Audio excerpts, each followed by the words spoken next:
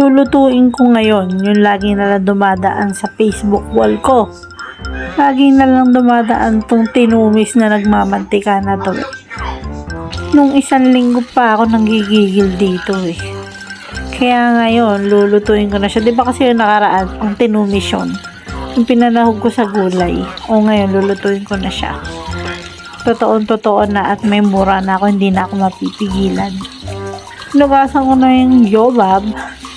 Pagkatapos naghiwa na ako ng bawang sibuyas dyan. Habang sinasangkot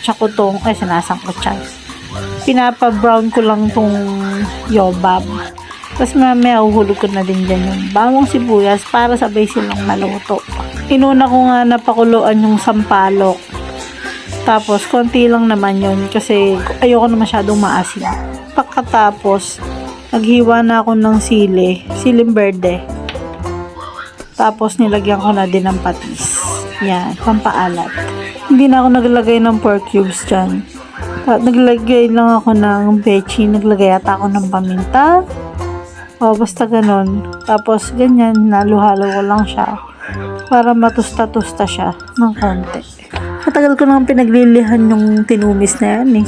Ang dami nang nag-share niyan. Hindi ko nga din sure kung ma-achieve ko ba yung nasa Facebook na nakakatakam na tinumis. Malay naman matsambahan. So ayan, nilagay ko na nga yung mura. Saka yung pinakuluan kong sampalok. Tcharan! Luto ng aking tinumis. Na mukhang sinigang, charot. Tikman na natin. May taba.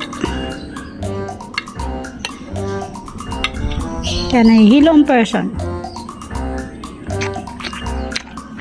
Sarap. Perfect. Parang 9.5 ang rate. Ganon. Out of 10, 9.5.